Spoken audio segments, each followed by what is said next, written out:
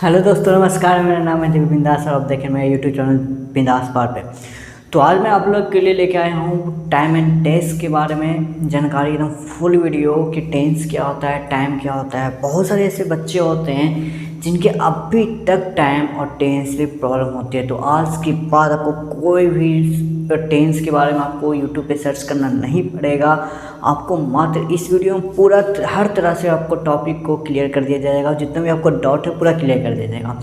बहुत सारे बच्चे होते हैं जिसके लिए स्ट्रक्चर को रटना पड़ता है। स्ट्रक्चर रटने का सवाल ही नहीं होता, ना प्रेजेंट में स्ट्रक्चर याद करना है, ना पास्ट में, ना कुछ में। आपको हम ट्रिक बताएंगे किस तरह से आपको स्ट्रक्चर को बनाया जाता है और किस तरह से आपको कोई भी सेंटेंस को आपको बनाया जाता है। तो आप मेरी वीडियो को एकदम ध्यान से देखा कीजिए और लास्ट तक ये वीडियो देखिएगा, तभी आपको समझ में आएगा। अगर थोड़ा सा आपका वो स्किप कर देंगे तो आपको नहीं आया समझ में।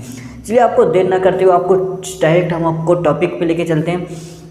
तो सबसे पहले हम लोग का आता है टाइम एंड टेंस। सबसे पहले जो कोई भी स्टूडेंट होता है ना, तो टाइम और टेंस को दोनों एक ही सब समझ लेता है। तो ऐसा कुछ होता ही नहीं है, टाइम अलग होता है और टेंस अलग होता है। मतलब ये आसमान ज़मीन में फ़र्क होता है टाइम एंड टेंस में। तो हमने इसमें कुछ नोट्स बनाए हैं कि टाइम क्या होता है, टेंस क्या होता है। टाइम देखिए क्या होता है।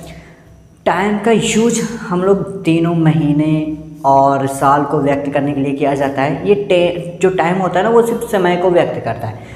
लेकिन टेंस जो होता है, ये जो टाइम क्या होता है सिर्फ समय को बोध कराता है। लेकिन टेंस क्या होता है, समय के साथ साथ काम हो रहा है या नहीं हो रहा उसको व्यक्त करेगा। तो हम इसको क्या बोलेंगे, टेंस बोलेंगे। तो टाइम अलग होता है, टेंस अलग होता है। तो टाइम को हम बता दिए कि टाइम सिर्फ क्या करेगा, ये ग्रामेटिकल फॉर्म नहीं होती। हम कुछ इसमें बताए भी हैं यहाँ पे। टाइम जो होता है ये एक क्या ग्रामेटिकल टर्म नहीं होता है। इसका कहने का मतलब है उसमें ग्रामर को कोई यूज नहीं होता, वो स्वतंत्र बोले जाती है। जैसे कोई जनवरी, फरवरी, एक दिन, 2 दिन, ये सब क्या है, सब टाइम में गिनती आते हो। ये क्या किया जाता है, एकदम पूरा बिंदास होकर बोला जाता है, जिसको क्या बोल देंगे, टाइम। और टेंस में क्या होता है ना, ये टेंस एक क्या है, ग्रामेटिकल टर्म होता है। जैसे में वह 4 दिनों से आ रहा है, तो इसमें देखिए कि यहाँ पे टाइम भी बहुत हो रहा है और इसमें क्या ग्रामर भी यूज हो रहा है कि वह को यहाँ पे लगाएंगे, ये सब्जेक्ट को यहाँ पे लगाएंगे, प्रेडिकेट को बाहर लगाएंगे और बाहर को ऐसे देखेंगे। इसमें ग्रामर का प्रयोग होता है। लेकिन टाइम में कोई ग्रामर ही नहीं है। टाइम में कोई पता ही नहीं चलता कौन सब्जेक्ट है, कौन वर्ब है, कौन ऑब्जेक्ट है। इसमें ग्रामर का प्रयोग होता ही नहीं है। और हम दूसरा क्या लिखवाए थे, यह एक यूनिवर्सल कॉन्सेप्ट है, भाषा से मुक्त है ये, ठीक है ना। ये इसमें भाषा की कोई गिनती नहीं है, 2, 3, 4, इसमें भाषा का प्रयोग नहीं हुआ है। लेकिन इसमें क्या हुआ, यह एक यूनिवर्सल कॉन्सेप्ट नहीं है, ठीक है। ये इसमें टाइम में क्या बोला जाता है, ये एक भाषा है, भाषा से मुक्त है, मतलब स्वतंत्र रूप से बोली जाती है। लेकिन इसमें यह एक यूनिवर्सल कॉन्सेप्ट नहीं है, इसमें लिखा गया है। मतलब ये इसमें जो है ना, ये स्वतंत्र रूप से नहीं बोली जाती है। मतलब ये इसमें सब्जेक्ट भी मिला होता है, प्रेडिकेट भी मिला होता है, बाहर भी मिले होते हैं, ठीक है। तो आपको बाद में बताएंगे कि सब्जेक्ट क्या होता है, प्रेडिकेट क्या होता है, सब्जेक्ट को कैसे पहचानते हैं, प्रेडिकेट को कैसे पहचानते हैं, ऑब्जेक्ट क्या होता है, ठीक है। सब कुछ इसमें क्लियर कर देंगे आपको, जितना भी डाउट है सब। और हम टाइम को बताए थे, टाइम से दिन, महीना, वर्षों को बोध होता है। लेकिन टेंस में इसमें दिन, महीना ये सब को बोध होता ही नहीं है। तो आशा करते हैं आपको ये वाला जो डिफरेंस दोनों में लागू हुआ वो आपको आ गया। तो मैनुअली इसमें टेंस का परिभाषा क्या पढ़े हम, टेंस का परिभाषा हम पढ़ें कि टाइम के साथ साथ वो तो रहेगा। टेंस क्या होता है, टाइम के साथ साथ चलेगा। लेकिन ये जो है ना, टाइम टेंस के साथ साथ नहीं चलता है। टेंस जो है टाइम के साथ साथ काम होना या ना होना का बोध होता है ना, या फिर इसमें काम हो रहा है या नहीं हो रहा है, इसी को क्या बोल देंगे, टेंस बोलेंगे। एग्जाम्पल में हम मानते हैं, जैसे में राम आम खा रहा है, तो इसको कहने का मतलब ये खा रहा है, मतलब अभी क्या कर रहा है, वो खा रहा है। तो इसमें टाइम का भी बोध हो गया, मतलब अभी जो हो रहा है वो टाइम हो गया। और उसमें काम क्या हो रहा है, खाने का हो रहा है, मतलब इसमें ग्रामर का भी बोध हो गया। तो ऐसे को हम क्या बोल देंगे, टेंस बोल देंगे।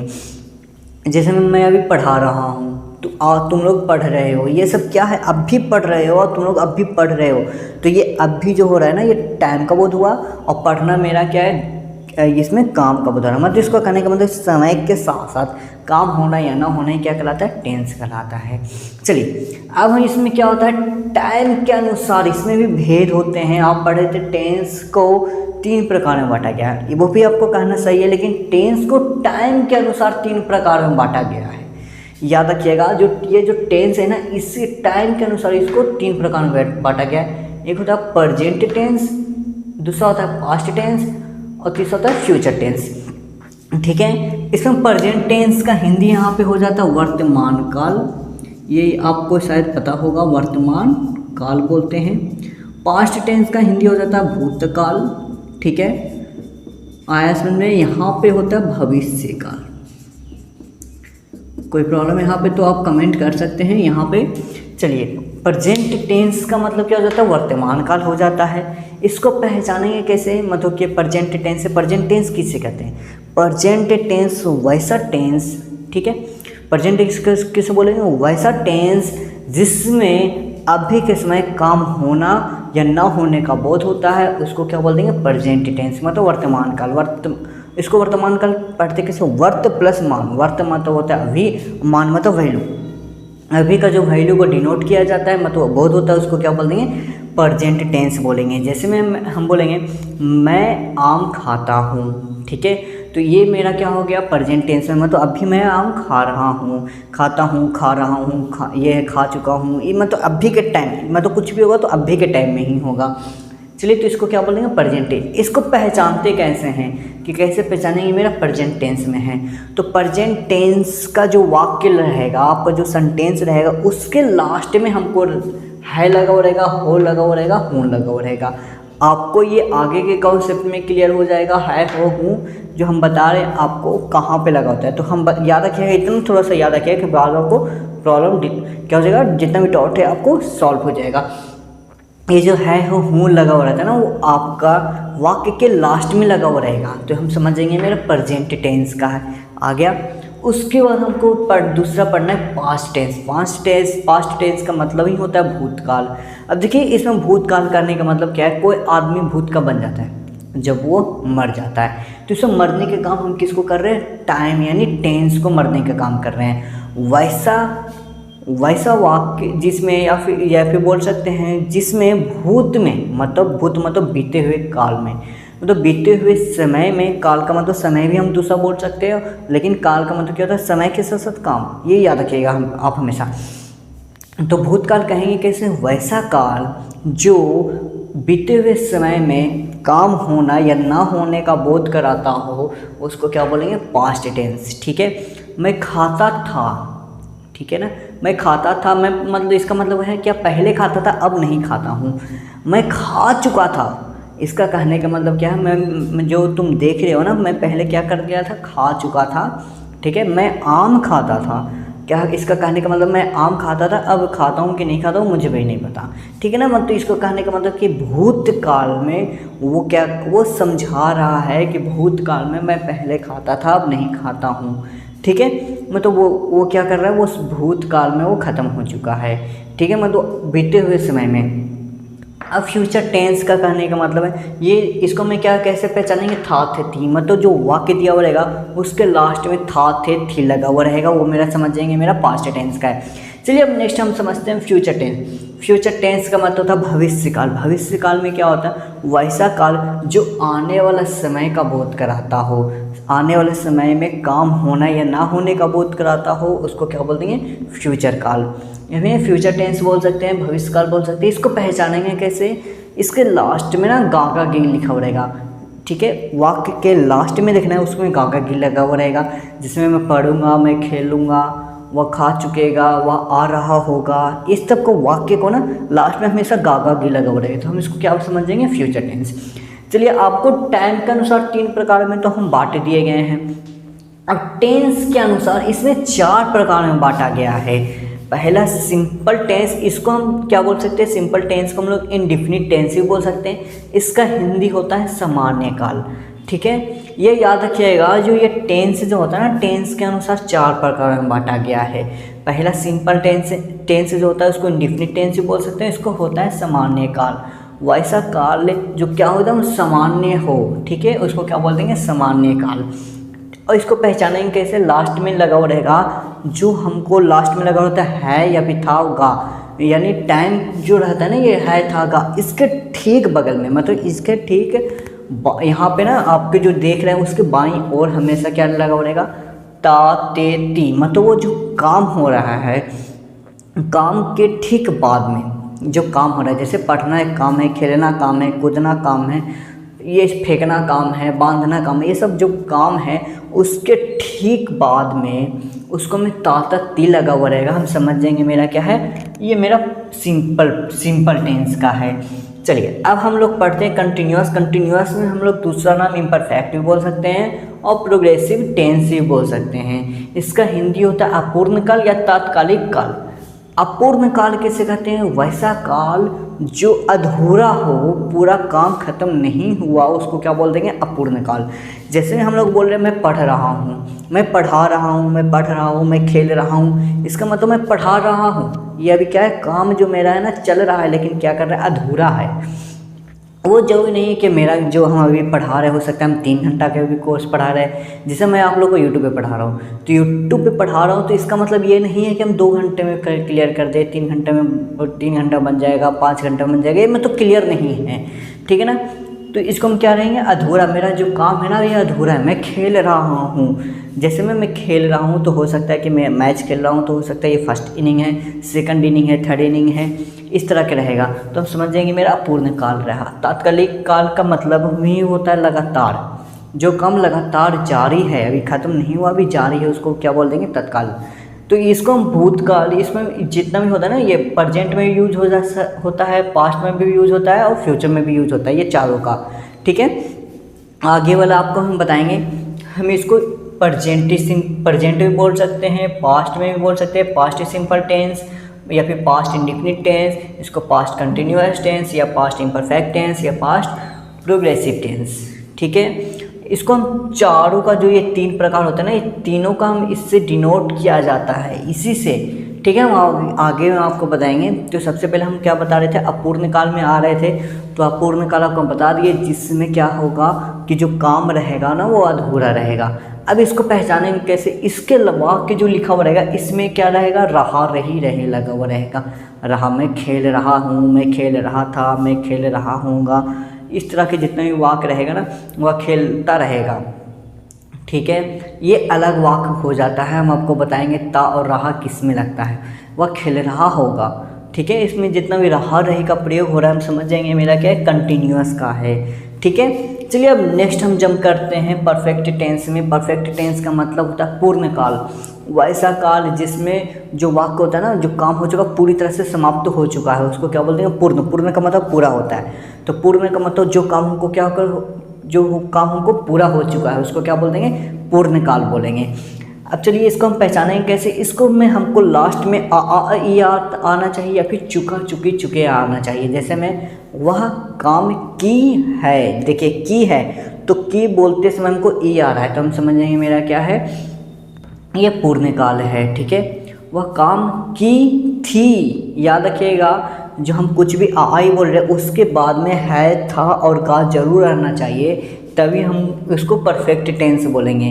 अगर हमको ये सब नहीं हुआ तो पास्ट में वह काम की, बस वह काम की, तो ऐसा रहेगा ना, तो हम इसको पास्ट में बोलते हैं, पास्ट इंडेफिनिट बोलते हैं, ठीक है। अगर वो वही काम रहेगा, वह काम की है, मतलब की है मतलब परफेक्ट है, काम तो की है लेकिन अभी की है, तो हम इसको इस तरह के वाक्य को पूर्ण काल बोलेंगे। मतलब आई आवे और चुका चुकी चुके आवे, आपको आगे के में डाउट पूरा क्लियर हो जाएगा।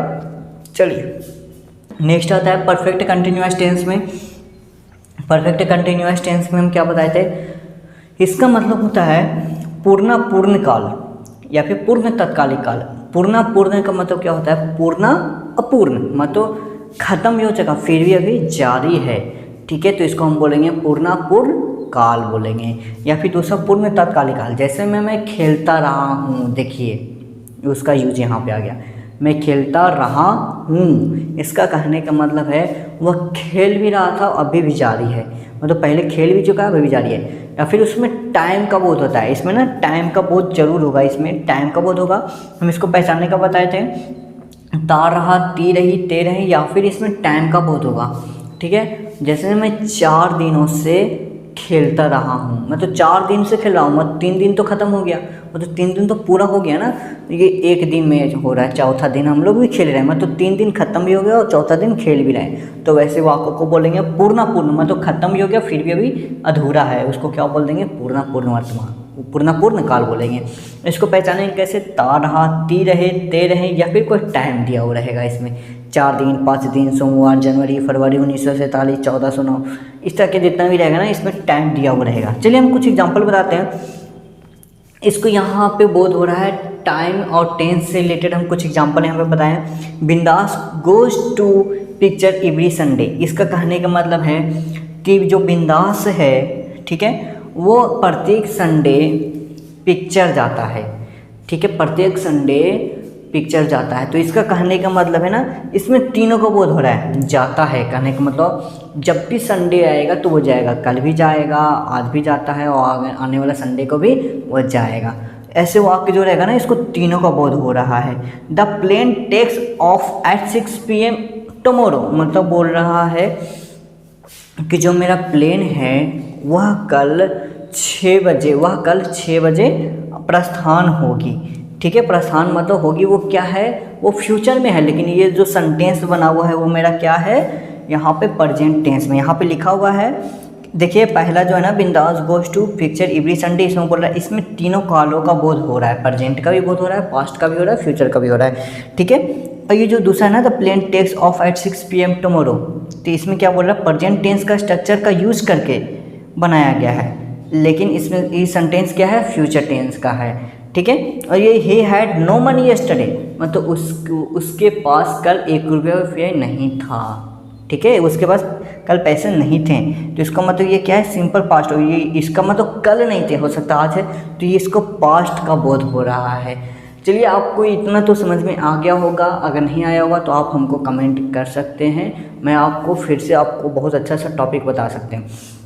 अब आपको हम बताएंगे, ये हम टेंस पहचान गए, ये हम टाइम टेंस के बारे में जानकारी हो गया। अब हमको क्या पढ़ना है? प्रकार। अब देखिए ना, यहाँ पे प्रेजेंट टेंस जो होता है ना, ये चारों प्रकार प्रेजेंट टेंस में भी होता है, ये चारों प्रकार पास्ट टेंस में भी होता है, ये चारों प्रकार फ्यूचर टेंस में भी होता है। कैसे बोलते हैं इसको? बोल सकते हैं प्रेजेंट सिंपल टेंस या फिर प्रेजेंट इंडेफिनिट टेंस बोल सकते हैं। तो इसको बनाएंगे कैसे? यहाँ पे लास्ट में पहचानते कैसे? यहाँ पे ता है और यहाँ पे है, दोनों को जोड़ दिया जाता है ना, दोनों मिला हुआ रहेगा तो हम समझ जाएंगे मेरा प्रेजेंट इंडेफिनिट है। जैसे में रहेगा वह खेलता है, इसमें ता भी आ रहा है और लास्ट में है भी आ रहा है, हम समझ जाएंगे मेरा क्या प्रेजेंट इंडेफिनिट टेंस का है। इसको हम पास्ट इन सिंपल टेंस भी बोल सकते हैं और पास्ट इंडेफिनिट टेंस भी बोल सकते हैं। इसको कैसे पहचानेंगे?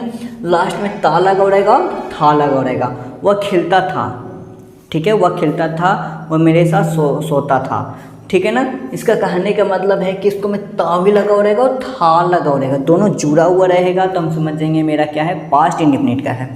फ्यूचर इंडेफिनिट, इसको में ता भी लगा हुआ रहेगा और गा भी लगा हुआ रहेगा। वह खेलता होगा, वह खेलती होगी, वह जाती होगी, इसमें ती का भी प्रयोग होगा और गा गी का प्रयोग होगा, तो हम दोनों के जोड़ देंगे तो हम समझ जाएंगे मेरा प्रेजेंट का है, पास्ट का है, फ्यूचर का है, ठीक है। उसी तरह से हम प्रेजेंट कंटिन्यूअस बोलेंगे, उसी तरह से प्रेजेंट परफेक्ट बोलेंगे, उसी तरह से प्रेजेंट परफेक्ट कंटिन्यूअस बोलेंगे, उसी तरह से past indefinite, past continuous, past perfect tense, फिर उसी तरह से future indefinite, future continuous, future perfect continuous, उसी तरह से जोड़ते जाएंगे। जैसे हमको पहचानना रहेगा कि ये पास्ट परफेक्ट टेंस किसे कहेंगे, तो पास्ट परफेक्ट के में क्या आना चाहिए? आई आना चाहिए या फिर चुका चुके आना चाहिए, और पास्ट में था थे थी, मतलब दोनों जोड़ना है। इस तरह से जैसे मैं खा चुका था, तो चुका इसमें आ गया, था इसमें आ गया, दोनों को जोड़ देंगे, चुका आ गया परफेक्ट में और ये आ गया पास्ट, तो दोनों को जोड़ देंगे, आएगा पास्ट परफेक्ट। जैसे मैं खा चुका हूँगा, ठीक है ना, वह खा चुका होगा, तो यहाँ पे चुका आ गया, यहाँ पे चुका आ गया और यहाँ पे गा आ गया, तो दोनों को जोड़ देंगे। चुका किस में लगता है? परफेक्ट में, और गा किस में लगता है? फ्यूचर में, दोनों को जोड़ दिए तो आ गया फ्यूचर परफेक्ट। चलिए आपको ये क्लियर हो गया होगा कि किसे कहते हैं, कैसा होता है, कैसे। अब हम आपको बताते हैं कि ये टेंस जो होता है ना, ये स्ट्रक्चर के फॉर्म पे बनता है। आपको पहचानने का ट्रिक आ गया कि पहचानते कैसे हैं। चलिए हम एग्जांपल ले लेते हैं। जैसे यहाँ पे ना रहेगा मैं 4 दिनों से खेलता रहा हूँ, लास्ट में क्या आ गया? खेलता रहा हूँ, तो खेलता ता रहा दोनों आ रहा है। मैं 4 दिन से यहाँ पे टाइम भी आ रहा और लास्ट में क्या आ गया, हूँ आ गया। तो हम बताए थे टाइम आएगा तो परफेक्ट कंटिन्यूस बोलेंगे और हूँ किसको में आता है, प्रेजेंट, दोनों को जोड़ देंगे तो मेरा क्या हो गया, प्रेजेंट परफेक्ट टेंस। उसी तरह से पास्ट परफेक्ट का भी हो जाएगा, तुम 4 दिनों से उसका इंतज़ार करती रही थी। यहाँ पे क्या आ जाएगा, थी आ गया और करती रही थी, यहाँ पे टाइम भी दिया हुआ है, दोनों को जोड़ दो, हम समझ जाएंगे मेरा क्या है, पास्ट परफेक्ट कंटिन्यूअस टेंस का है। चलिए आपको इतना समझ में आ गया होगा। अब उसके बाद हम क्या डेफिनेशन भी सीख गए हैं, परिभाषा भी सीख गए हैं, उसके बाद पहचान भी सीख गए। अब आता है आप लोग का मेन पारी कि स्ट्रक्चर। हम सब चीज़ सीखने के बाद हम स्ट्रक्चर कैसे बनाते हैं और स्ट्रक्चर को याद कैसे किया जाता है, कौन सा ऐसा ट्रिक है जिसमें हम पूरे स्ट्रक्चर को हम एक लाइन में ही पढ़ सकते हैं। तो चलिए आप मेरी वीडियो को देखते रहिए। कहते थे कि आपको टाइम एंड टेंस वाला आपको परिभाषा और उसका आपको जितना भी डाउट था आपको क्लियर हो गया। अब हम आपको बताएंगे कि स्ट्रक्चर कैसे लिखा जाता है। ठीक है, स्ट्रक्चर लिखने का बहुत इजी स्टेप है, जिसमें हम आप लोग को इसमें इस तरह का टेबल बना दिए हैं। ठीक है, टेबल बनाने के बाद यहाँ पे हम इंडेफिनिट लिख दिए, कंटिन्यूअस है, ये परफेक्ट है, ये परफेक्ट कंटिन्यूअस टेंस का है। ठीक है, यहाँ पे प्रेजेंट टेंस है, ये पास्ट टेंस है, ये फ्यूचर टेंस है। इससे हम आपको बताते हैं इस टेबल से लिखने का क्या फ़ायदा होता है। और आप इतना ही टेबल में पूरा टेंस आप पूरा पढ़ सकते हैं। जो आप 2 महीने 3 महीने का टेंस जो होता है ना सिलेबस का, आप मात्र ये टेबल सब पूरा तरह से पढ़ सकते हैं। ठीक है, तो सबसे पहले हम आपको बताए थे कि टेंस जो होते हैं 3 प्रकार होते हैं, present tense, past tense and future tense. और ये तीनों का ना 4 प्रकार होते हैं, इंडेफिनिट होता है, कंटिन्यूअस होता है, परफेक्ट होता है, परफेक्ट कंटिन्यूअस होता है। तो हम इसको इस तरह से बोल सकते थे, present indefinite tense, past indefinite tense and future indefinite tense, present continuous tense, present perfect tense, present perfect continuous tense, past continuous tense, past perfect tense, past perfect continuous tense, future continuous tense, future perfect continuous tense. इस तरह के आपको तीनों का ये 4 प्रकार होते हैं। और आपको हम इसमें दर्शा भी दिए हैं कि जब प्रेजेंट इंडेफिनिट रहेगा उसका हमेशा क्या लगा हुआ रहेगा, ता ते ती। कंटिन्यूअस में हमेशा रहा रही रहे, ये हमेशा आपको याद रखना है। परफेक्ट में आपको चुका चुकी चुकी या फिर आई लगा हुआ रहेगा। परफेक्ट कंटिन्यूअस में ता प्लस रहा, ती प्लस रही, ते प्लस रही, या फिर कोई टाइम दिया हुआ रहेगा। ठीक है, और यहाँ पे हिंदी भी लिखा हुआ है कि परफेक्ट कंटिन्यूअस का मतलब पूर्ण होता है, इसका पूर्ण हिंदी होता है, इसका अपूर्ण होता है, इसको सामान्य होता है। और हम इसको में हिंदी भी दे दिए हैं कि प्रेजेंट में वर्तमान होता है, इसको पहचाने कैसे, है हो हूँ लगाकर। इसको पास्ट टेंस कैसे पहचानेंगे, था थे थी लगाकर। इसको फ्यूचर टेंस गा गे गी लगाकर।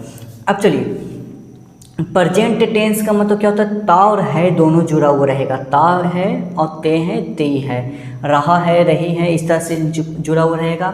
इसमें चुका है, चुके हैं, इसमें ता प्लस रहा, ता प्लस रही, ते प्लस रही, इसमें टाइम दिया हुआ रहेगा इसमें। ठीक है, और इसको मैं पास्ट में बताते हैं कि ता था, ती थी, ते थे, आई, रहा था, रही थी, रहे थे। मतलब ये किसका, पास्ट कंटिन्यूअस टेंस का ये, और ये पास्ट परफेक्ट टेंस का। ये बीच वाला जितना भी ये सब पास्ट का है, नीचे वाला फ्यूचर का, ऊपर वाला प्रेजेंट टेंस का है। ठीक है, तो आप ये वाला आप आराम से आप स्क्रीनशॉट कर लीजिएगा। ठीक है, आपको पहचानने में आसानी होगी। ठीक है, और आपको बारी बारी से बताते हैं। प्रेजेंट इंडेफिनिट क्या होता है, ता है और ते है और ती हैं मिल के बना होता है। ठीक है, जैसे में रहेगा, वह यहाँ आता है, वह यहाँ आता है। ठीक है, तो ये सब का सेंटेंस जो होगा, वह यहाँ आता है, यहाँ पे आएगा वह यहाँ। ठीक है, वह यहाँ आता था। ठीक है, या फिर वह यहाँ आया। ये सब दोनों का सेंटेंस क्या है, पास्ट का है। इसमें हो जाएगा वह यहाँ आता होगा। ठीक है, या फिर वह यहाँ आएगा। इस तरह के सेंटेंस को देख लीजिएगा। यहाँ पे हम क्या बोल रहे थे कि ता और है, इसका मतलब क्या है ना कि जो लास्ट में लगा हुआ रहेगा है का मतलब प्रेजेंट, और इसके ठीक बगल में ता लगा हुआ रहेगा। तो हम ये दोनों को समझ जाएंगे, मेरा क्या है, प्रेजेंट इंडेफिनिट का है। कंटिन्यूअस में इसी तरह से होगा, वह यहाँ आ रहा है लगा दिए तो हमको क्या देगा, प्रेजेंट कंटिन्यूअस। इसको में हो जाएगा वह यहाँ आ रहा था। यहाँ पे हो जाएगा वह यहाँ आ रहा होगा। इसको मैं क्या किया, गा गा गी। याद रखिएगा सब में रहा रही, इसमें सब में ता ती आएगा, ता ता ता। इसमें सब में क्या रहेगा, इंडिफिनिट में ता आएगा। सिर्फ लास्ट में है रहेगा तो प्रेजेंट पहचान लेंगे, था रहेगा तो पास्ट पहचान लेंगे, गा रहेगा तो फ्यूचर पहचान लेंगे। इसमें हमेशा रहा रही रहेगा, रहा रहा रहा, सब में रहा रही रहेंगे। लास्ट में है रहेगा तो प्रेजेंट, था रहेगा तो पास्ट और गा रहेगा तो फ्यूचर।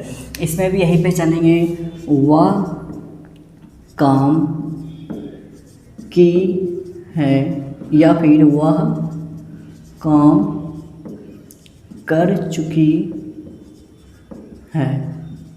इसमें भी हो सकता है वह काम की थी या फिर वह काम कर चुकी थी। ठीक है, इसमें होगा वह काम की होगी या फिर वह काम कर चुकी होगी। ठीक है ना। चलिए इसमें क्या हो जाएगा, इसमें है, था, गा इसमें लगा हुआ रहेगा। देखिए सब में चुका चुकी, इसमें चुका, इसमें आई आ रहा है, इसमें चुका चुकी, आई चुका चुकी।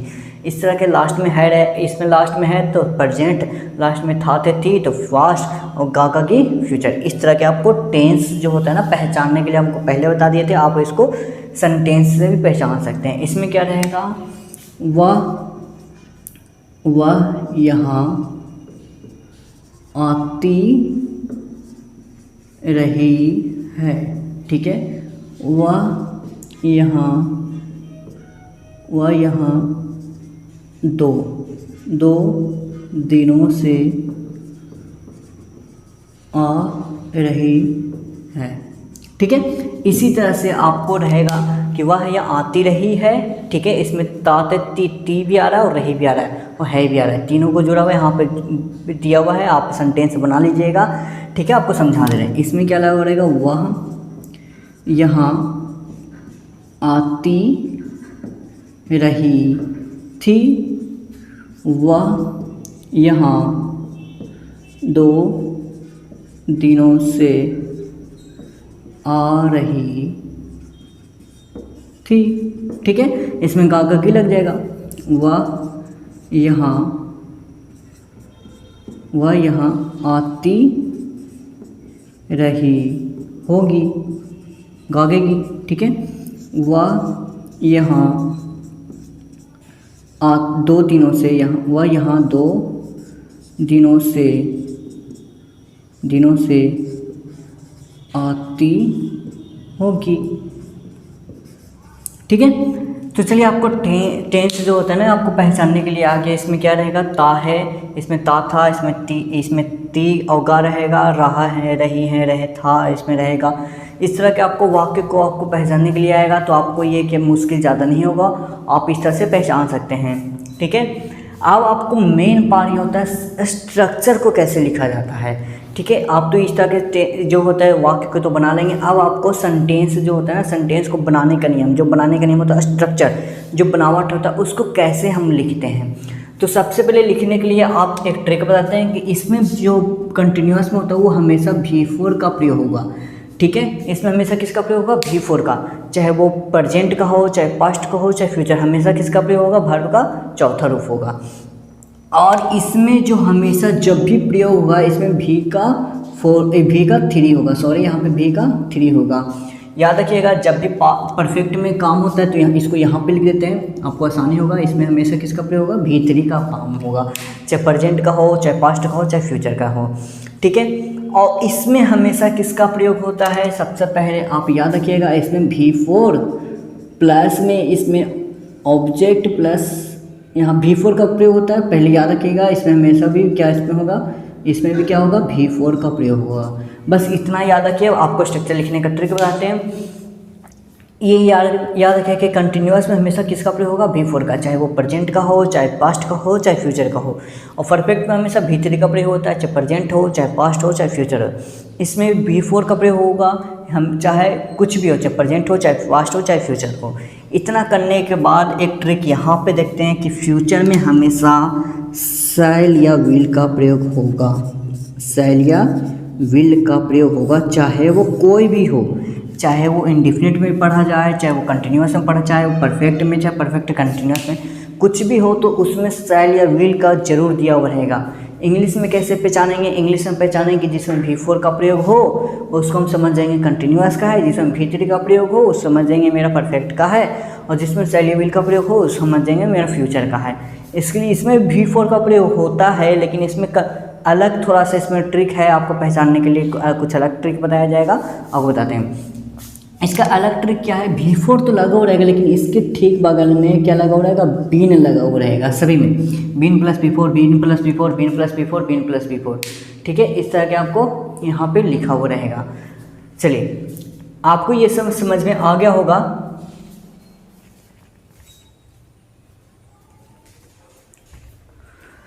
तो हम आपको स्ट्रक्चर लिखने के लिए ट्रिक बताते हैं। तो लिखने के लिए सबसे पहला है कि फर्स्ट में हमेशा सब्जेक्ट होता है और लास्ट में हमेशा ऑब्जेक्ट होता है। फर्स्ट में क्या होता है, हमेशा सब्जेक्ट होता है और लास्ट में हमेशा ऑब्जेक्ट होता है। तो हम याद रखिएगा, इसका लिखने का है कि इंडिफिनिट में हमेशा पहले क्या लगेगा, सब्जेक्ट और लास्ट में ऑब्जेक्ट। इसमें किसका प्रयोग होगा, V1 का प्रयोग हो जाएगा और V5 का प्रयोग हो जाएगा। जो V5 है वो थर्ड पर्सन के सिंगुलर नंबर के साथ का प्रयोग होता है V5। फर्स्ट पर्सन क्या होता है, पर्सन का मतलब होता है कोई व्यक्ति और first person, second person, third person किसे कहते हैं, पर्सन किसे कहते हैं, वो देखिए पर्सन व्यक्ति को कहा जाता है। फर्स्ट पर्सन किसे कहेंगे, जो बोलने का काम कर रहा है वो फर्स्ट पर्सन हो जाएगा। जिसमें मैं बोल रहा हूँ, हम लोग बोल रहे हैं, ये सब क्या हो जाएगा, फर्स्ट पर्सन। मैं हो जाएगा एक सिंगुलर और हम लोग क्या हो जाएगा, प्लूरल। सेकंड पर्सन किसे बोलते हैं, सेकंड पर्सन जो हम बोलते हैं वो जो सुनने का काम करते हैं, जैसे आप लोग सुन रहे हो, तुम लोग सुन रहे हो, तुम सुन रहे हो या आप सुन रहे हो, ये सब मेरा क्या हो जाएगा, सेकंड पर्सन। और थर्ड पर्सन किसको बोलते हैं, जिसके बारे में बोला जाता है। हम किसके बारे में बोल रहे हैं, टेंस के बारे में बोले जा रहे हैं, तो टेंस मेरा हो जाएगा थर्ड पर्सन। मैं बोला, तुम लोग सुने हो, जिसके बारे में कहा वो थर्ड पर्सन हो गया। जैसे हम बोलेंगे ये पेन के बारे में, मैं बोला पेन, तुम लोग सुना पेन, और किसके बारे में बोल रहे हैं, पेन, तो ये मेरा पेन क्या हो जाएगा, थर्ड पर्सन हो जाएगा। और हम बोले ना कि थर्ड पर्सन के सिंगुलर नंबर मतलब एक वचन, जैसे में होता है ही, सी, इट, नेम, ये चार लोग के साथ ना हमेशा V5 का प्रयोग होता है। V5 किसे बोलते हैं, जिसमें एस या ES का प्रयोग होगा, तो इसमें हो जाएगा ही, सी, इट और नेम। ठीक है, सबसे पहले आप स्ट्रक्चर को लिखने का ट्रिक समझ लीजिए, उसके बाद हम आपको बताएंगे ये बनाया कैसे जाता है। तो सब्जेक्ट प्लस V1 या V5 प्लस ऑब्जेक्ट, इसको में भी पहला सब्जेक्ट हो जाएगा और लास्ट में ऑब्जेक्ट होता है। सभी में पहला सब्जेक्ट लिख दीजिए, लास्ट में ऑब्जेक्ट लिख दीजिए। फर्स्ट में सब्जेक्ट लिख दीजिए और लास्ट में ऑब्जेक्ट लिख दीजिए। फर्स्ट में सब्जेक्ट लिख दीजिए और लास्ट में ऑब्जेक्ट। फर्स्ट में सब्जेक्ट और लास्ट में ऑब्जेक्ट। ठीक है, फर्स्ट में सब्जेक्ट, लास्ट में ऑब्जेक्ट, फर्स्ट में सब्जेक्ट और लास्ट में ऑब्जेक्ट। ठीक है, इतना याद रख लीजिएगा कि फर्स्ट में सब्जेक्ट होता है। इसको में तो कुछ नियम होता है, आपको बता देंगे कि फर्स्ट में सब्जेक्ट होता है, फर्स्ट में सब्जेक्ट होता है, लास्ट में ऑब्जेक्ट, लास्ट में ऑब्जेक्ट, लास्ट में ऑब्जेक्ट। ठीक है, इसमें कुछ ट्रिक है हम आपको जो बताएंगे। ठीक है, फर्स्ट में सब्जेक्ट होता है और लास्ट में ऑब्जेक्ट, इसको में कुछ लिखने का ट्रिक होता है, इसलिए मैं जगह छोड़ रहे हैं, लास्ट में ऑब्जेक्ट होता है। ठीक है, चलिए अब इसके बाद हम लोग क्या बताए थे कि इसमें क्या होगा कि सब्जेक्ट, ये बन गया आपका सब्जेक्ट प्लस V1 या V5 प्लस ऑब्जेक्ट, ये आपका क्या बनेगा, स्ट्रक्चर। और इसका में जो ये V1 और V5 का प्रयोग होता है, इसमें से V2 का प्रयोग हो जाएगा, बस बन गया subject plus V2 plus object. अब चलिए इसको हम बताते हैं, सब इसमें क्या लगना चाहिए, शैल या विल का प्रयोग होगा, तो इसमें क्या जोड़ देंगे, सब्जेक्ट प्लस शैल या विल प्लस, और इसको में क्या होगा, V1 का प्रयोग होगा। ठीक है, इसको मैं हमेशा क्या बताते हैं कि सेल या विल का प्रयोग होना ही होना है, चाहे सेल का प्रयोग हो चाहे विल का प्रयोग हो। इसमें देखिए कोई मायने नहीं रखता है कि सेल किसका प्रयोग करें और विल किसके साथ प्रयोग करें।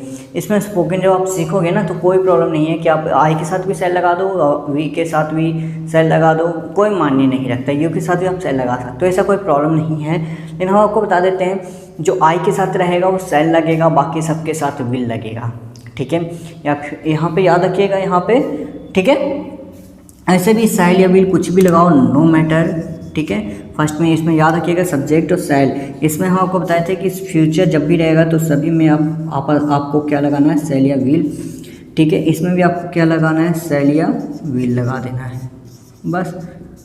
अब चलिए इसमें आ गया वर्ब फॉर्म। ऑब्जेक्ट तो पता ही है, ये तो पूरा स्ट्रक्चर बन गया, सब्जेक्ट प्लस सेल या will plus V1 plus object, subject plus V2 plus object. कितना ईजी आ रहा है, कितना मज़ा आ रहा है बनाने में, ठीक है। इसको हमें कुछ नहीं जोड़ना है, इसको हमें EJMR का प्रयोग हो जाएगा, ठीक है।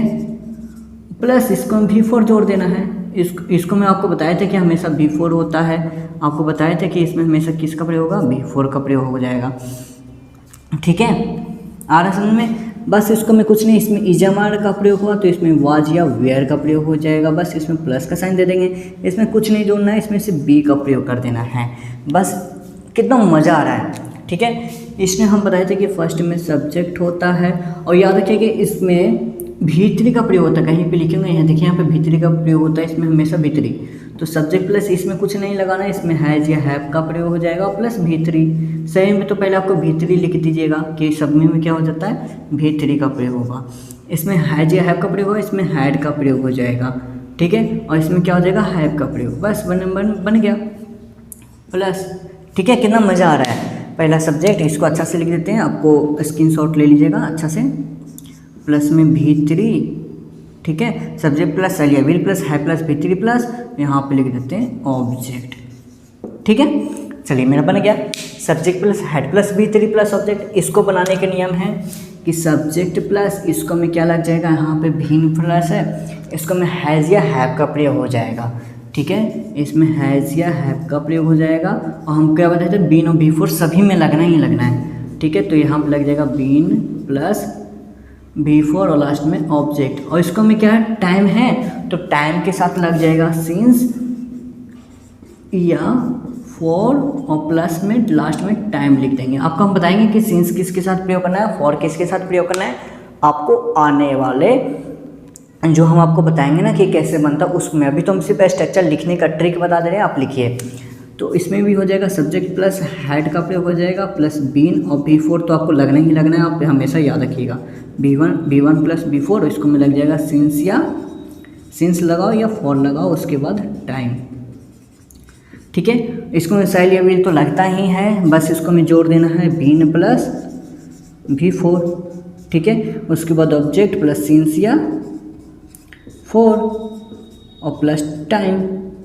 लीजिए कितना जल्दी मेरा बन गया स्ट्रक्चर, ठीक है। ये ऐसा बन जाता है मेरा स्ट्रक्चर, ठीक है। हमको कुछ नहीं करना है कि फर्स्ट में सब्जेक्ट लगाना है और लास्ट में ऑब्जेक्ट लगाना है। इसमें V1 V5 का प्रयोग हो जाएगा, इसमें V2 का प्रयोग हो जाएगा, इसमें सेल या विल लगता ही आपको बता दिया, बस इसमें V1 का प्रयोग हो जाएगा। सेल विल सबको। और इसको हमेशा किसका प्रयोग होगा, बीन प्लस V4। आपको बीन प्लस V4 का प्रयोग कर देना है, फर्स्ट में सब्जेक्ट लास्ट में ऑब्जेक्ट, बस बन गया मेरा। और कुछ नहीं करना है, लास्ट में सिंस या फॉर प्लस टाइम जोड़ देना है, बन गया। याद रखिएगा कि जब भी कोई टेंस में चाहे इंग्लिश में लिखा हो रहेगा V4 तो आपको फट्टी दिखा आपको जवाब देना है ये कंटिन्यूअस का। अगर V3 लगा रहेगा तो फट्टी दिखा आपको आंसर देना है, ये मेरा परफेक्ट का है।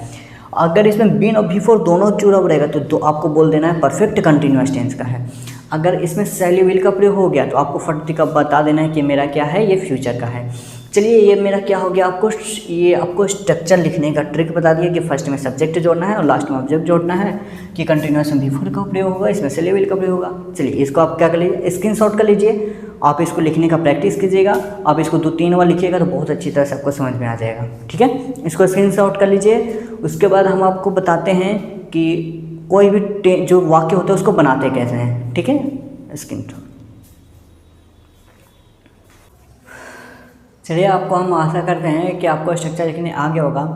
अब हम आपको बताते हैं कि आप किसी भी सेंटेंस को, वाक्य को आप इंग्लिश में कैसे ट्रांसलेट कर सकते हैं, ठीक है। स्ट्रक्चर तो आपको लिखना हो गया, स्ट्रक्चर नहीं आएगा तो आपको स्ट्रक्चर से ही सब चीज़ बनता है, जितना भी ट्रांसलेशन बनता है वो स्ट्रक्चर से बनता है।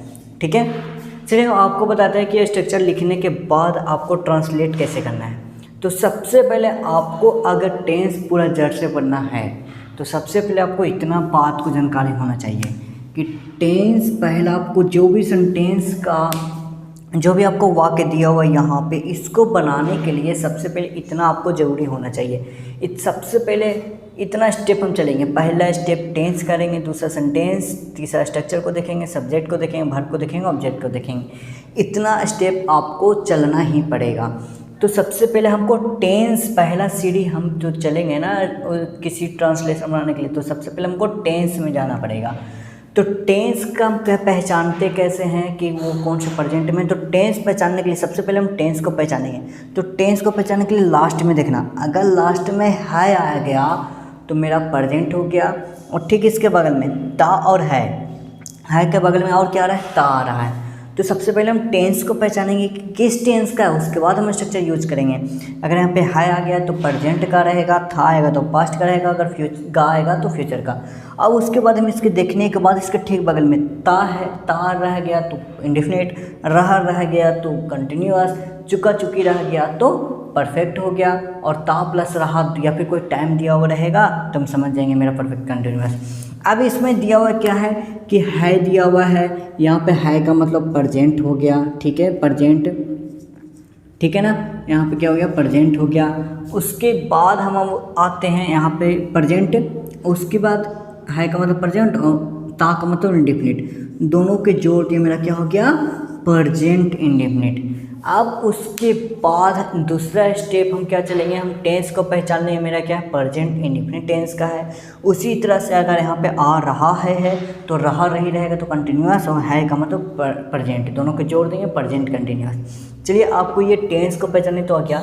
उसके बाद हम सीढ़ी चलते हैं तो सेंटेंस पहचानते हैं। तो सेंटेंस क्या होता है ना, सेंटेंस जो शब्दों से मिलकर बना होता है। ये जैसे ये जो मेरा लिखा हुआ है मेरा सेंटेंस है, तो ये 6 प्रकार से लिखा जा सकता है। एक होता है अफर्मेटिव, जिसको हम सिंपल सेंटेंस बोलते हैं, इसका हिंदी सामान्य होता है, सामान्य वाक्य। दूसरा होता है नेगेटिव, तीसरा होता है इंट्रोगेटिव नेगेटिव, उसके बाद इंट्रोगेटिव, चौथा इंट्रोगेटिव नेगेटिव। सॉरी यहाँ पे नेगेटिव छूट गया है तो यहाँ पे नेगेटिव होगा। ठीक है, उसके बाद WH वर्ड सेंटेंस, उसके बाद WH वर्ड नेगेटिव सेंटेंस। ठीक है, तो सबसे पहले सिंपल सेंटेंस क्या होता है। सिंपल सेंटेंस क्या, एकदम जो कोई वाक्य एकदम सिंपल में होना है, उसमें नहीं का प्रयोग हो, ना इसमें कब, क्यों, कैसे, कहाँ, ये सब का प्रयोग हो, तो हम समझेंगे मेरा क्या सिंपल है। जैसे मैं बिंदास तुम्हारे साथ यहाँ आता है, एकदम ये क्या है मेरा सिंपल है, ना इसको में नहीं आ रहा है, ना इसमें क्वेश्चन पूछने का कोई बात है, ना इसमें कब, क्यों, कैसे आ रहा है। ठीक है, तो इसको क्या बोल देंगे, सिंपल।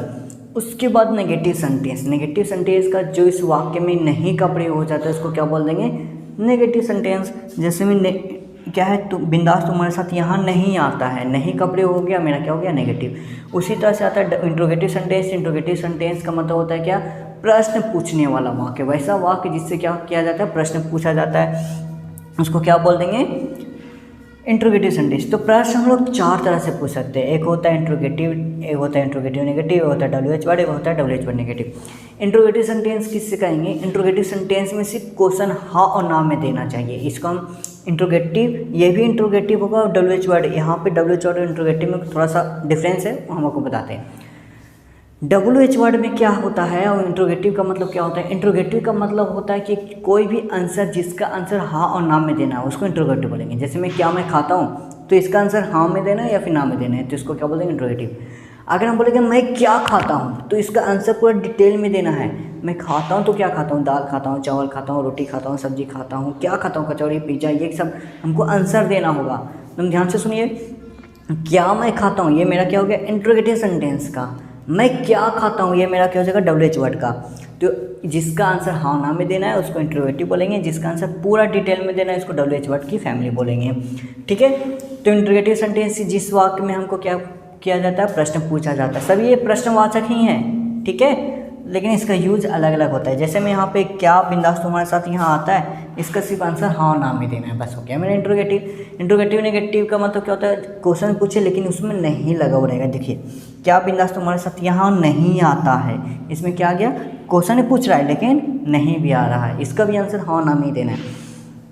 WH वर्ड के सेंटेंस को पहचानने का ट्रिक बताते हैं कि WH वर्ड को पहचानेंगे कैसे। WH वर्ड का पहचानने का ट्रिक है इसमें जिसका पहला अक्षर का हो और इसका इंग्लिश में WH से स्टार्ट होता है, इसको हम क्या बोल देंगे, WH वर्ड की फैमिली बोल देंगे। जैसे मैं यहाँ पे लिखेंगे कब, इसका पहला अक्षर का आ गया, इसका इंग्लिश होगा तो WH से हो जाएगा। क्यों, इसको भी पहला अक्षर का आ गया, इसका इंग्लिश हम करेंगे तो Y हो जाएगा, इसमें भी WH आ गया। कैसे हो गया, इसमें भी पहला अक्षर का है, उसको में इंग्लिश करेंगे तो HOW हो गया, इसमें भी HOW आ रहा है। कब, क्यों, कैसे, क्या, जितना भी है आपको, तो जिसका पहला अक्षर का और इसका इंग्लिश WH से शुरू होता है तो हम इसको क्या बोल देंगे, WH वर्ड की सेंटेंस बोल देंगे। ठीक है, तो जिसमें भी कब, क्यों, कैसे आवे तो हम इसको क्या बोल देंगे, WH वर्ड। या फिर किसका, ये सब चीज़ में जिसको में भी किच हो, जैसे में किसका हो गया, कैसे हो गया, किसके लिए हो गया, सभी में आपको क्या WH का यूज जरूर होगा।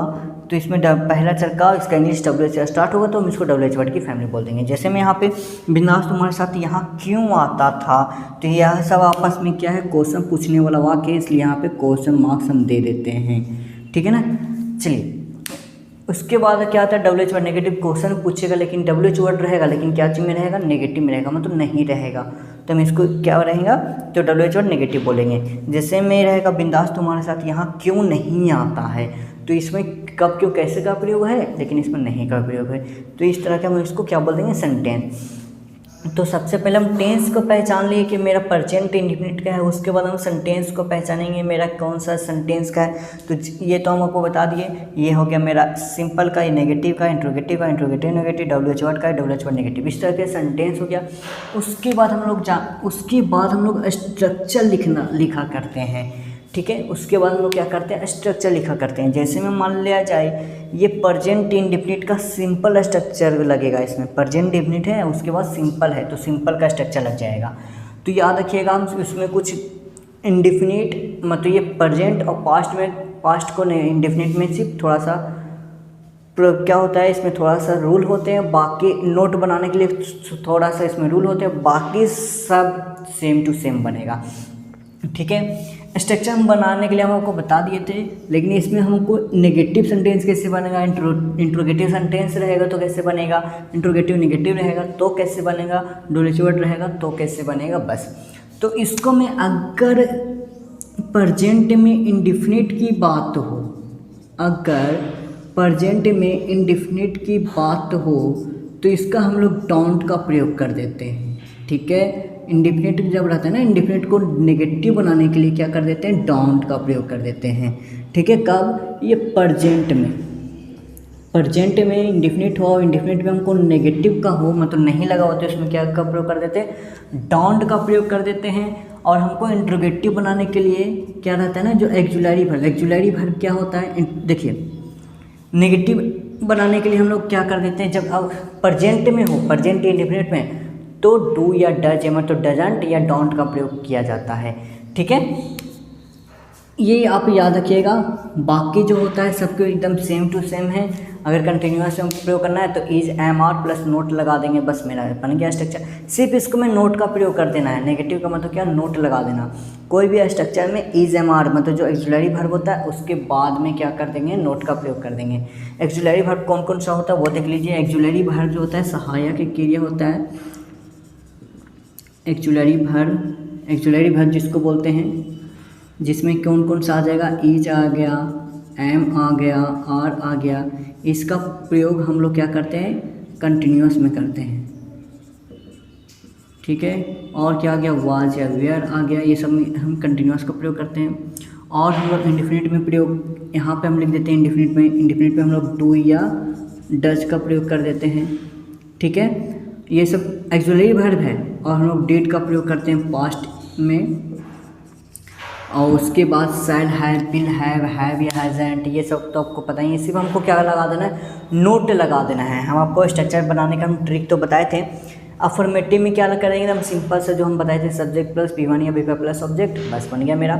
नेगेटिव में हम आपको क्या बताएंगे, सिर्फ इसको में नोट लगा देना है डू या डज लगा के, सिर्फ ये प्रेजेंट इंडेफिनिट का ही रूल है, ठीक है। डू या डज लगाने से मेरा क्या हो जाता है, ये इंडेफिनिट को पहचाना जाता है। पहचानते कैसे हैं, डू या डज लगा के। जैसे में ये नेगेटिव होता है, ठीक है। सबका एक स्ट्रक्चर आपको बारी बारी से हम लिख के हम दे देते हैं कि कैसे है। अगर मान लिया जाए ये सेंटेंस मेरा प्रेजेंट का हो, ये मेरा सेंटेंस जो है ना प्रेजेंट का हो, वो भी प्रेजेंट में क्या इंडेफिनिट है, ठीक है। तो कुछ नहीं होता है इसमें, तो हम पढ़े हैं कि सब्जेक्ट प्लस V1 या V5 प्लस ऑब्जेक्ट होता है, ठीक है। बस उसको मैं सब्जेक्ट प्लस डोंट का प्रयोग कर देना, ठीक है, डोंट या डजंट का और इसमें उसके बाद V1 प्लस ऑब्जेक्ट, बस। और इसको में जो इंट्रोगेटिव सेंटेंस होता है, जो इसमें एक्सिलरी वर्ब यूज हुआ है, ठीक है, इसको पहले लिख देंगे, ठीक है। एकदम सेम टू सेम सभी का यही यूज होगा। एक्सिलरी वर्ब यहाँ पे इसको स्ट्रक्चर लिखने का ट्रिक है कि पहला हम लोग सब्जेक्ट लिखते हैं, उसके बाद एक्सिलरी वर्ब लिखते हैं, उसके बाद वर्ब लिखते हैं, उसके बाद ऑब्जेक्ट लिखते हैं, जिसको वर्ब मतलब जो हम लोग काम कहते हैं, ठीक है ना। और एक्सिलरी वर्ब कौन कौन से होते हैं हम तो आप लोग को बता दिए थे। एक्सिलरी वर्ब आते हैं is, am, are, was, were हो गया, शैल, हैव, शैल हो गया, हैव हो गया, विल हो गया, हैव हो गया, ये सब जितना भी आपका एक्सिलरी वर्ब होता है, ठीक है। तो सिर्फ आपको यही इस इंडेफिनिट के लिए ही डू या डज का प्रयोग होगा, बाकी कुछ किसी चीज़ के लिए डू या डज का प्रयोग नहीं होगा। और पास्ट इंडेफिनिट के लिए क्या हो जाएगा, डोंट का, डिड का प्रयोग हो जाता है, डिडंट का प्रयोग हो जाएगा, ठीक है। बस और कुछ नहीं, आपको सबसे पहले सब्जेक्ट और ऑक्सिलरी वर्ब लगा देना है। आपको ये याद रखिएगा कि इसमें हम आपको बता देते हैं, इसको मैं सिर्फ और सिर्फ ऑक्सिलरी वर्ब यूज़ करके नोट लगा देना है। और आपको तो ये वाला याद है कि इसमें जो रहेगा सब्जेक्ट प्लस ऑक्सिलरी वर्ब, ठीक है, बस उसको मैं नोट जोड़ देना है, उसके बाद वर्ब, ठीक है, उसके बाद ऑब्जेक्ट, बस मेरा हो गया। अब ऑक्सिलरी वर्ब को हम पहले लिख देंगे, जो भी ऑक्सिलरी वर्ब रहेगा उसको हम पहले लिख देंगे, ठीक है। उसके बाद क्या लिखें, यहाँ पे ऑक्सिलरी वर्ब जो था ना इसको हम पहले लिख देंगे, बाकी जस के तस उतार देंगे, verb plus object, verb plus object, बस। और इसको इंट्रोगेटिव नेगेटिव का होगा तो हम क्या करेंगे, ऑक्सिलरी वर्ब में इसको मैं सब्जेक्ट के बाद में नोट लगा देंगे, सब्जेक्ट के बाद में नोट लगा देंगे, उसके बाद वर्ब प्लस ऑब्जेक्ट और WH वर्ड पहले लगा देंगे। WH वर्ड जो भी ऑक्सिलरी वर्ब यूज होगा, ठीक है, plus subject plus verb plus object, ठीक है। हम बता देते हैं आपको, इसको मैं WH वर्ड और सब्जेक्ट के बाद हम क्या लगा देना है, यहाँ पे नीचे लिख देते हैं, दिखेगा नहीं आपको, WH word plus auxiliary verb plus subject plus not plus verb plus object, ठीक है। ये होता है WH वर्ड का स्ट्रक्चर। सब में क्वेश्चन मार्क्स हो जाएगा, जो क्वेश्चन मार्क्स रहेगा। अब लिखने का यही ट्रिक है आपका। हम पढ़े थे प्रेजेंट इंडेफिनिट में, प्रेजेंट इंडेफिनिट में हम पढ़े subject plus V1 V5 plus subject, उसमें कोई ऑक्सिलरी वर्ब नहीं था। जहाँ पे ऑक्सिलरी वर्ब नहीं था तो इसलिए हम इसको डू या डज का प्रयोग कर देंगे, ठीक है। तो प्रेजेंट इंडेफिनिट के लिए क्या हो गया ऑक्सिलरी वर्ब, डू या डज, ठीक है। कंटिन्यूअस में ऑक्सिलरी वर्ब क्या हो गया, इज, एम, आर। तो इज, एम, आर यहाँ पे लिखेंगे subject plus is, am, are plus not plus verb plus object. यहाँ पे लिख देंगे ऑक्सिलरी वर्ब यूज आ रहा है, तो यहाँ पे कंटिन्यूअस को कैसे बनेंगे, is, am, are plus subject plus V4 plus object.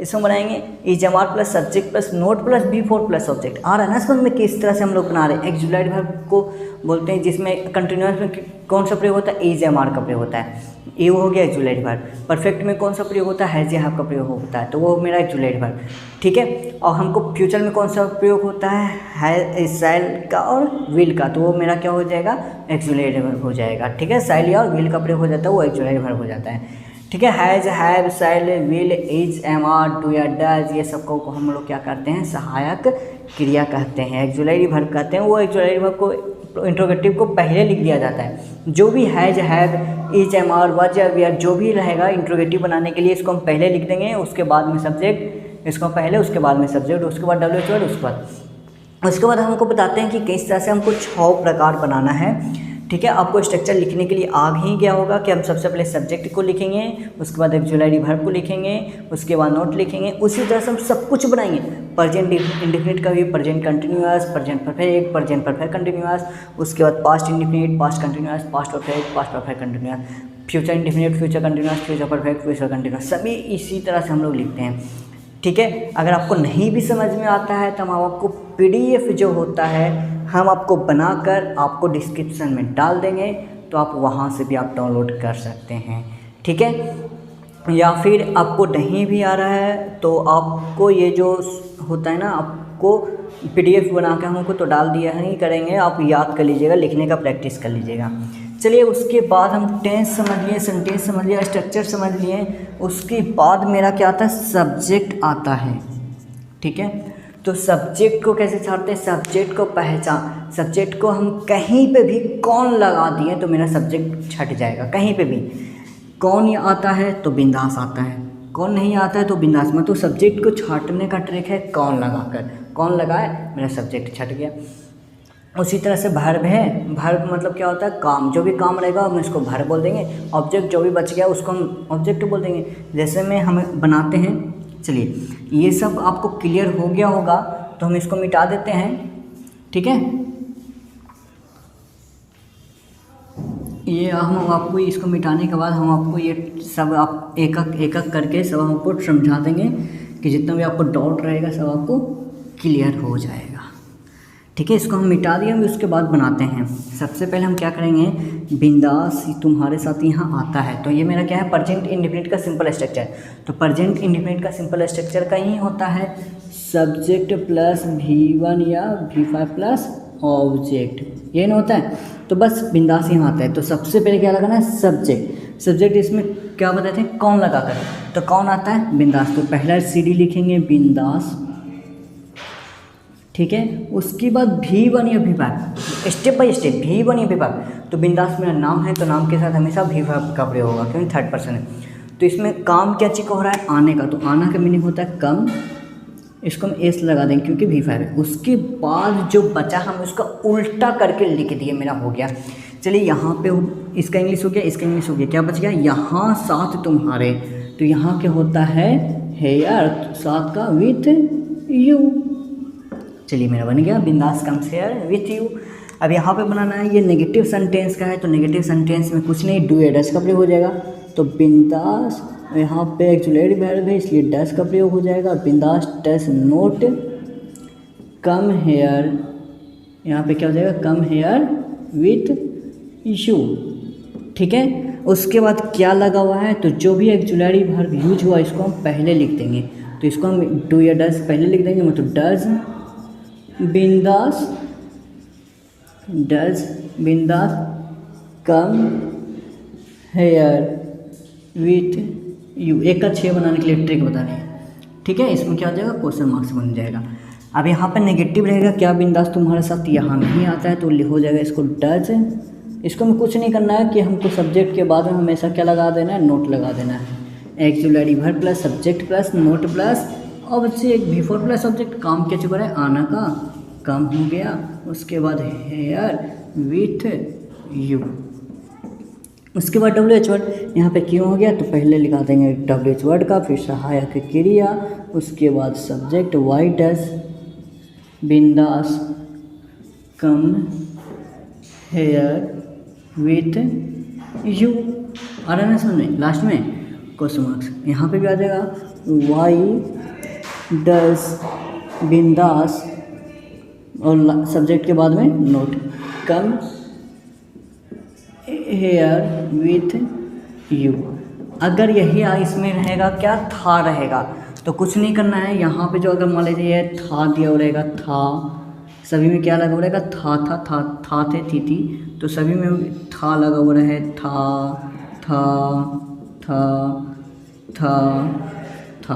अगर मान लीजिए सभी में था आ गया तो कुछ नहीं करना है, यही वजह इसमें V2 का प्रयोग हो जाएगा। इसमें किसका प्रयोग होता है, V2 का। इसमें हो जाएगा सब्जेक्ट प्लस केम, बाकी बस यही। ठीक है, इसको में जहाँ पे डू का प्रयोग हुआ है वहाँ पे डीड का प्रयोग हो जाएगा, डीड। ठीक है, डीड, ये हो गया डीड, और ये हो गया डीड, ये हो गया डिड। बस यही हमको प्रेजेंट इंडेफिनिट और पास्ट इंडेफिनिट को हम लोग क्या करते हैं, नेगेटिव और इंट्रोगेटिव बनाने के लिए सहायक क्रिया डू या डज और डिड का प्रयोग करते हैं। बाकी सब चीज़ में तो रहता ही है ऑक्सिलरी वर्ब। कंटिन्यूस बोलेंगे तो कंटिन्यूस में सहायक ऑक्सिलरी वर्ब क्या रहेगा, इज, एम, आर। तो बस उसको हम आगे कर देंगे, बस मेरा बन गया। चलिए हम उसका भी एक अच्छे हम बनाने के लिए बता देते हैं आपको, ठीक है। इसको हम मिटा देते हैं, हम उसको बता देते हैं। अब आप याद रखिएगा कि सब्जेक्ट को छांटने के लिए कौन का प्रयोग करते हैं, ठीक है। अब चलिए उसके बाद हम आपको एक का 6 बनाने के लिए बताते हैं। तो यहाँ पे जल्दी से आपको मिटा देते हैं, ठीक है। चलिए जैसे में रहेगा राम मेरे साथ यहाँ आ चुका है, ठीक है। अब देखिए इसमें क्या है, राम मेरे साथ यहाँ आ चुका है, ये मेरा प्रेजेंट परफेक्ट टेंस का है। तो प्रेजेंट परफेक्ट टेंस का स्ट्रक्चर क्या होता है, सब्जेक्ट प्लस हैज या है प्लस V3 प्लस ऑब्जेक्ट। बस इसी से बनाएंगे। पहला सब्जेक्ट जोड़ना है, सब्जेक्ट इसमें कौन है, कौन आ चुका है, तो राम। तो पहला CD क्या हो जाएगा, राम। उसके बाद हैज या है, तो राम के साथ हैज का प्रयोग हो जाएगा। उसके बाद V3 काम क्या चीज हो रहा है, आने का, तो हो जाएगा कम। उसके बाद ऑब्जेक्ट क्या हो जाएगा, उल्टा हो जाएगा। जो भी हम बताए थे ऑब्जेक्ट को पढ़ना है, जो भी बचेगा उसको उल्टा करके हम लिख देते हैं। तो हम इसको उल्टा करके लिख देंगे, हेयर विथ मी, ठीक है। अब इसमें एक्जुलरी वर्ब इसमें कौन हो गया, हैज़ हो गया। तो एक्जुलरी वर्ब हैज़ आ गया। हम बताए थे जिसमें एक्जुलरी वर्ब यूज़ नहीं हुआ था इंडेफिनिट में, इसलिए डू डैश का प्रयोग हुआ। और पास्ट इंडेफिनिट में भी V2 लगा था, इसमें एक्जुलरी वर्ब यूज़ नहीं हुआ, तो इसमें क्या हो जाएगा, डिड का प्रयोग हो जाएगा। इसको में क्या है, हैज़ या हैव का प्रयोग हो जाएगा, क्योंकि एक्जुलरी वर्ब है।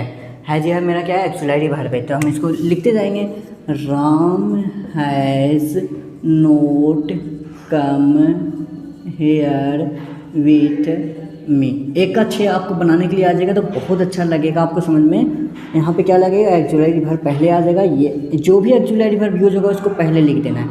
Has Ram come here with मी, यहाँ पे हो जाएगा क्वेश्चन मार्क्स। यहाँ पे लिखेंगे हैज़ राम, उसके बाद क्या लगा देंगे, नोट कम हेयर विथ मी।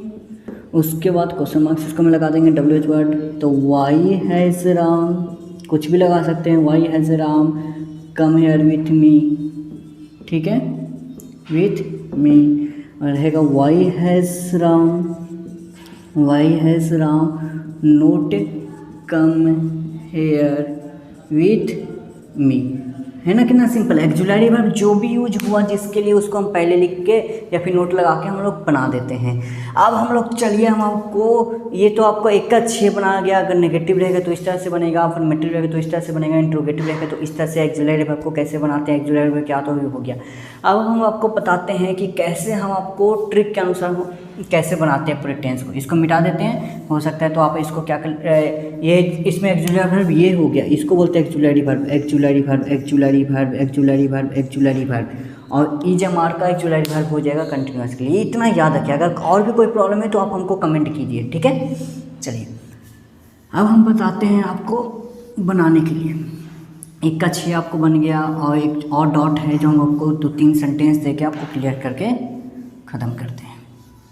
चलिए जैसे मेरे रहेगा, तुम मेरे लिए वहाँ, तुम मेरे लिए वहाँ, उसके बाद तुम मेरे लिए वहाँ, उसके बाद।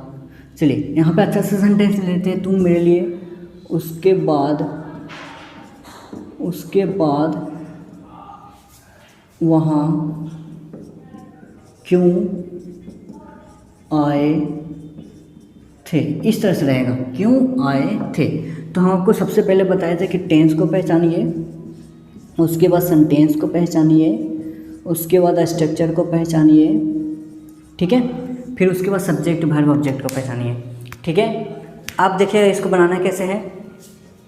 तो सबसे पहले टेंस, तो टेंस को पहचानने के लिए लास्ट में देखिए, लास्ट में क्या आ गया, थे का मतलब पास्ट।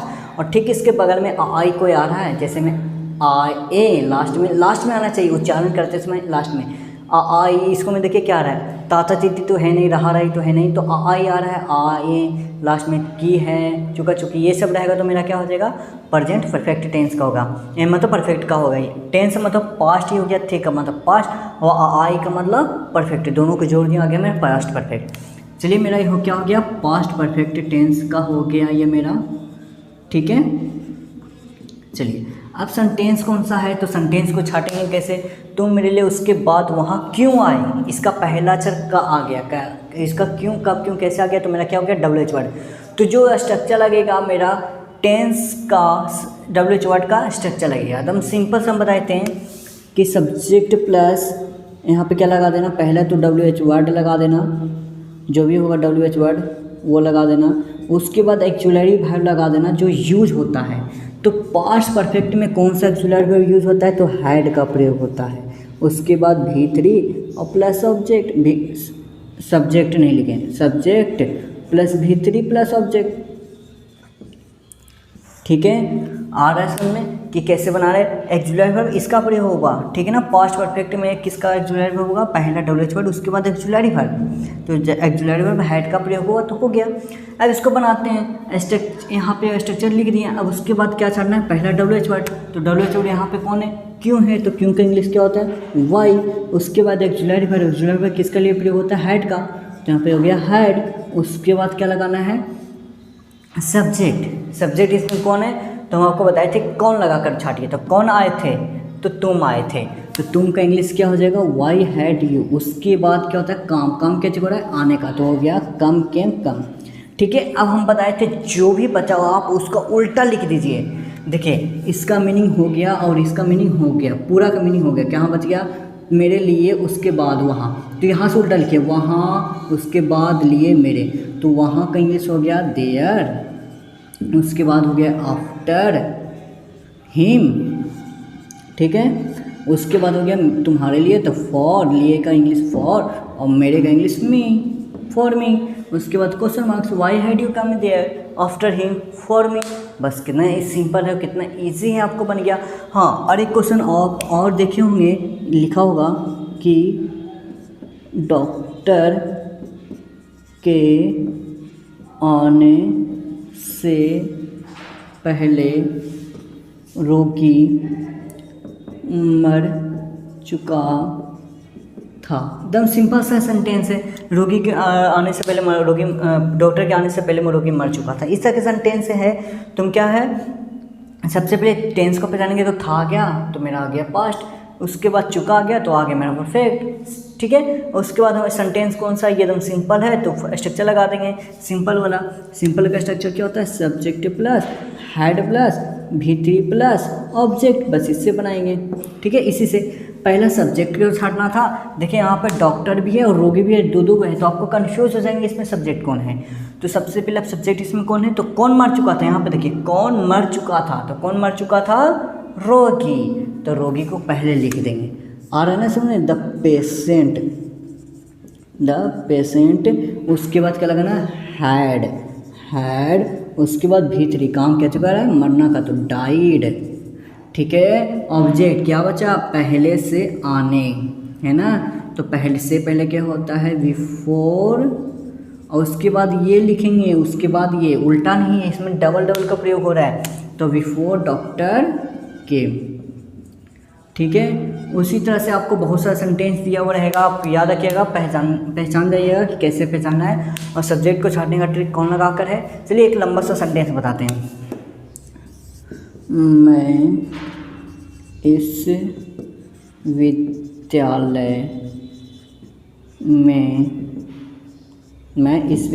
में उसके लिए तुम्हारे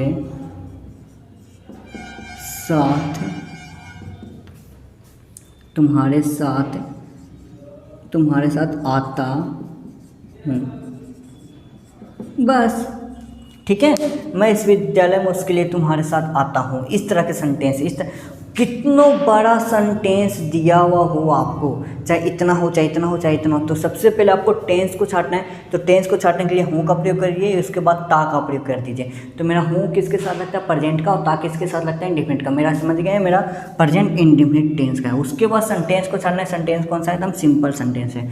उसके बाद स्ट्रक्चर को छाटना है। स्ट्रक्चर क्या लगेगा, प्रेजेंट इंडिफिनिट का सिंपल स्ट्रक्चर लगेगा, बस बन गया मेरा।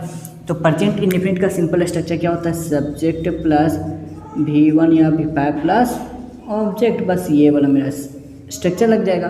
तो पहले हम क्या लगाना है, सब्जेक्ट। सब्जेक्ट इसमें कौन है, तो कौन आता हूँ, तो सब्जेक्ट हो गया आई। उसके बाद V1 या V5, बहुत सारे लड़के यहाँ पे ना इज एम आर का प्रयोग करने लगता है आई के साथ। आई ऐसा नहीं होगा, जैसा सब्जेक्ट बोल रहा वैसे, मतलब जैसा स्ट्रक्चर बोल रहा वैसे। तो सब्जेक्ट V1 आई के साथ V1 का प्रयोग होगा। तो इसमें काम क्या छोड़े, आने का। तो पहला होगा आई कम, ठीक है। उसके बाद ऑब्जेक्ट जो बचा उसको क्या कर देना, उल्टा कर देना, बस इसका मीनिंग हो गया। इसका मीनिंग हो गया, क्या बचा, साथ तुम्हारे। तो साथ का इंग्लिश होता है विथ, तुम्हारे का इंग्लिश होता है यू, और लिए का इंग्लिश होता है फॉर, उसके का इंग्लिश होता है हिम, मे का होता है इन, इस विद्यालय का दिस स्कूल। चलिए बन गया आपको। चलिए कितना मज़ा आ रहा है आपको बनाने में। इसी तरह से जितना भी बड़ा सेंटेंस दिया रहेगा, आपको सबसे पहले सब्जेक्ट को छाड़ना है, वर्ब को छाड़ना है, उसके बाद जो बचा उसको उल्टा कर दीजिए, मेरा बन गया। तो आशा करते हैं आपको इस तरह का वीडियो आपको बहुत अच्छा समझ में आया होगा। अगर नहीं आया होगा तो फिर हमको कमेंट कीजिए, हम आपको कुछ और ट्रिक से समझाने का कोशिश करेंगे, ट्राई करेंगे आपको। चलिए तब तक के लिए नमस्कार, फिर मिलेंगे। जय बिंदास।